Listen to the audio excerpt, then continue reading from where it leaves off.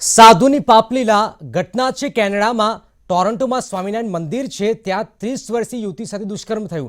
આખરે આ પીડિતા છે તે શું કહી રહી છે એ પણ સાંભળી લઈએ। આ વાત સાચી છે અને ખોટી નથી। સુગની સામીએ મારી જોડે એક રાત કાઢી હતી મંદિરે અને આવું મને કહ્યું હતું। એમને ડાયરેક્શન્સ પણ મંદિરે આપ્યા હતા, તે પણ મારી પાસે મેસેજીસ છે અને એના કયા ડેટ ને ટાઈમ પણ છે અને એમને એમના પોતાના ગંદા ફોટા પણ મને મૂકેલા છે, તે પણ મારી પાસે છે। એમને ટેંગો એપ પર જ મૂકેલા છે અને એમને બીજા બધા મેસેજીસ પણ મને મૂકેલા છે, તે પણ મારી પાસે બધા છે ટેંગો એપ પર। એટલે આ વાત ખોટી નથી અને આ ખરેખર બનાવ બન્યો છે।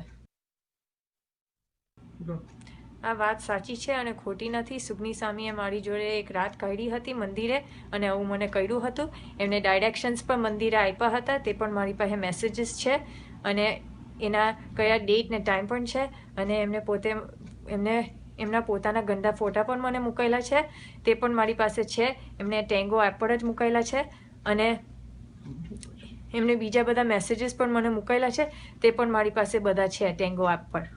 એટલે આ વાત ખોટી નથી અને આ ખરેખર બનાવ બન્યો છે।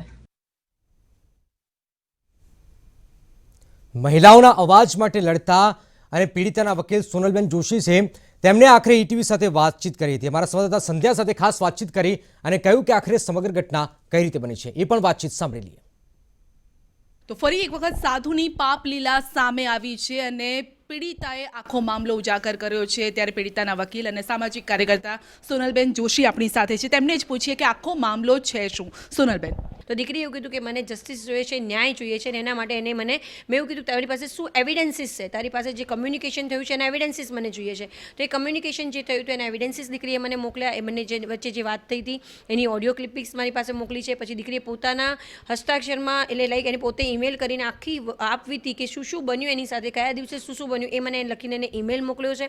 દીકરીએ કેટલી વાર એપ્રોચ કર્યું છે સોખડા સ્વામિનારાયણના જે હરિપ્રસાદ સ્વામીજીને, એ દરેક વસ્તુ મને એમને મોકલી આપેલી ને ત્યારબાદ મેં જોઈને એવું લાગેલું કે એ સચ્ચાઈ છે, કારણ કે એ લોકો જે ટેંગો ઉપર વાતચીત કરતા હતા અને જે સ્વામી દ્વારા જે ગંદા મેસેજો ને એ બધું મોકલવામાં આવેલું અને કે તું મને શાવરના ફોટા મોકલ અને બધા પ્રાઇવેટ પાર્ટના ફોટા જેવી રીતે એને બધાને મોકલેલા દીકરીને, એટલે એ યોગ્ય નહોતું લાગતું અને દીકરી આના કારણે બહુ ડિપ્રેશનમાં હતી કે એને મારી સાથે મંદિરમાં બોલાવીને રેપ કર્યા બાદ આવા મેસેજ મોકલ્યા છે કે આઈ મિસ યુ ઇન શાવરમાં, હું તને યાદ કરું છું ને આવી રીતનું જે કદાચ આપણે એવું વિચાર કરીએ કે જે ફોરેન કન્ટ્રીઝમાં જે યંગસ્ટર્સ રહેતા હોય ને જેવી રીતની વાતચીત કરે એવી રીતની વાતચીતના એ લોકો વિશેના સંવાદો થયેલા છે।